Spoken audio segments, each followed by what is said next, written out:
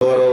কুলু লা ইলাহা ইল্লাল্লাহ তুফলিহুন, তোমরা বলো আল্লাহ ছাড়া সত্য কোনো মাবুদ নাই, কোনো ইলাহা নাই, কোনো আইনদাতা নাই, কোনো বিধানদাতা নাই, কোনো রিজিকদাতা নেই। তোমরা যদি এটাকে বিশ্বাস করতে পারো তাহলে তোমাদেরকে আল্লাহ রাব্বুল আলামিন সফল কাম করাবেন, সফলতা প্রদান করাবেন।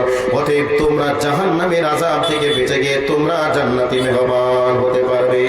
এই কথা যখন বললেন, বলার সঙ্গে সঙ্গে সর্বপ্রথম যারা মুখ খুলেছিল নিকটের মানুষগুলি মুখ খুলেছিল।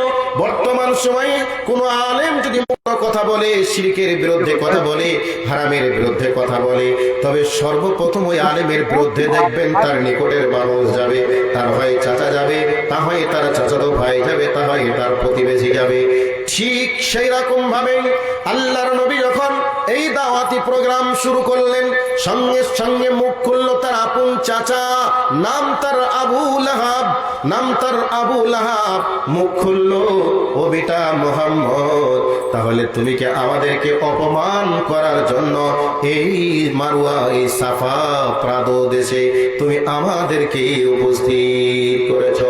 অতএব আমাদের বাপ দাদার ধর্মকে তুমি কলঙ্কিত করতে চেয়েছ, তুমি আমাদের ধর্মকে আজকে বিকৃতি করতে চেয়েছ। তবে তুমি শুনে নাও, এতদিন শুনতাম ইহুদি এবং খ্রিস্টানরা তারা তিনটা আল্লাহ বিশ্বাস করত, ইহুদিরা তিন আল্লাহ বিশ্বাস করত, খ্রিস্টানরা তিন আল্লাহ বিশ্বাস করত, আর আমরা 360 দেবদেবীতে বিশ্বাস করি। আর তুমি এখন বলছো তিনটাও নয়, 360টাও নয়, কেবলমাত্র এক আল্লাহ। তাহলে তুমি কি আমাদেরকে অপমান করার জন্য ডেকেছ? আমাদের বাপ দাদারা কি ভুল করে গেছে? আমাদের বাপ দাদাকে তুমি কি অপমান করতে চাও? তুমি বলো।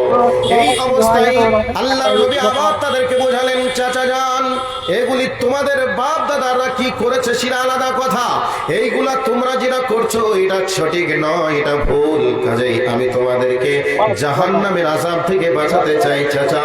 অতএব সবকিছু ছেড়ে দিয়ে এক আল্লাহর আইনের কাছে মাথা নত করো। এই কথা যখন বললেন, বলার সঙ্গে সঙ্গে আবু তালিব, আবু লাহাব আবার মুখ খুললো, হে বেটা মুহাম্মদ, এর পরিণাম কি হবে তুমি কি জানো? আজকে তুমি যে কথা বলছো এখানে হয়তো তোমার বংশের মানুষজন আছে, এটা নয়, তোমার সঙ্গে আরো অনেক বংশের মানুষ আছে। আজকে তোমার বাপ চাচা বলে এখনো তোমাকে হয়তো কেউ আক্রমণ করতে পারেনি। আজকে আমরা ভাতিজা বলে হয়তো তোমাকে ছেড়ে দিলাম, তোমাকে মারলাম না, কিন্তু যদি আমরা না মারি, কিন্তু আরো অন্য বংশের মানুষ আছে, তোমার চামড়া তুলে হাড় পিস পিস করে দিবে। অতএব কথা যখনই শুনলেন, বিশ্বনবী আমার ওই অবস্থায় দায়িত্বহীন ভাষায় বললেন, চাচা যান, কে মারবে, কে গাল দিবে, কে আমার পক্ষে থাকবে, কে আমার বিপক্ষে থাকবে, এটা দেখার নয়, কেবলমাত্র আমাকে আল্লাহ, এক আল্লাহর দ্বীনের দাওয়াত দেওয়ার জন্য আমাকে আল্লাহ রাব্বুল আলামিন প্রেরণ করেছে।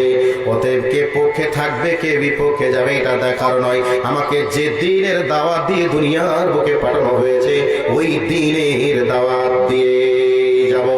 যেমনি এই কথা শুরু করে দিয়েছেন, সঙ্গে সঙ্গে আবু লাহাব কি করলো? পাথর ছুঁড়ে বিশ্ব নবীর শরীরের উপরে আঘাত করলো, শরীর থেকে রক্ত ঝরতে শুরু করে দিল, নবীজিকে অনেক রকমের গালি দিল এবং নবীজিকে অভিশাপ করলো, মুহাম্মদ তুমি ধ্বংস হয়ে যাও, মুহাম্মদ তুমি ধ্বংস হবে। এইরকম যখন অভিশাপ করলো, সঙ্গে সঙ্গে আমার আল্লাহ সহ্য না করতে পেরে আমার আল্লাহ সূরা লাহাব অবতীর্ণ করলেন আর বলে দিলেন, ও আবু লাহাব, তুমি পৃথিবীর শ্রেষ্ঠ নবী, আমার প্রিয় বন্ধু, আমার হাবিবের শরীরের উপরে তুমি পাথর দিয়ে মেরে আমার হাবিবকে তুমি রক্তিত করেছো, জনসম্মুখে তুমি অপমান করেছো, তাকে তুমি গালি দিয়েছো। আমি আল্লাহ কোনদিন মেনে নিতে পারি না, পারবো না। আমার নবীকে তুমি মেরেছো, রক্তিত করে দিয়েছো, আমি মেনে নিতে পারলাম না। সে ধ্বংস হবে না, বরং তুমি নিজে ধ্বংস হয়ে যাবে। আল্লাহ রাব্বুল আলামিন সূরা লাহাব অবতীর্ণ করে দিলেন, তাব্বাত ইয়াদা আবি লাহাবি ওয়া তাব, মা আগনা আনহু মালুহু ওয়া মা কাসাব, সায়াসলা নারান যাতা লাহাব ওয়া আমরাতুহু হাম্মালাতাল হাতাব ফি জিদিহা হাবলুম মিন জাদু। আল্লাহ রাব্বুল আলামিন সূরা লাহাব অবতীর্ণ করলেন, আর এই লাহাবের মাধ্যম দিয়ে বলে দিলেন, ও আবু তালেব, আমার নবী মরবে না, আমার নবী ধ্বংস হবে না। তুমি শুনে রেখে দাও, তুমি এক হাত দিয়ে আমার নবীর উপরে পাথর মেরেছো, আর আমি আল্লাহ তোমাকে জানিয়ে দিলাম তোমার দুইটা হাত ধ্বংস হয়ে যাবে। তোমার নেতৃত্বর পাওয়ার আছে, তোমার নেতৃত্বর পাওয়ার কাজে লাগবে না। তোমার যারা সাহায্যকারী আছে, সাহায্যকারীরা কোনো উপকার করতে পারবে না। তোমার ধন সম্পদ থাকবে, তোমার ধন সম্পদ কোনো কাজে লাগবে না। ওহী অবতীর্ণ হয়ে গেল। আল্লাহর নবী ওই সাফা পাহাড় থেকে ভরাক্রান্ত মনে বাড়ির দিকে রওনা করলেন। বাড়ির দিকে রওনা হওয়ার পূর্বে এবার আবু তালেব, আবু লাহাব কি করলো, বাড়ি থেকে এবার শস্য ওই সাফা পাহাড় থেকে সুসুর করে বাড়ির দিকে আসলো। আর নবীজি নবী হওয়ার পূর্বে আবু তালেবের আবু লাহাবের দুইটা ছেলের সঙ্গে বিশ্ব নবীর দুইটা মেয়ের বিবাহ দিয়েছিলেন। এবার দুইটা মেয়ের সঙ্গে বিবাহ দেওয়া হয়েছিল।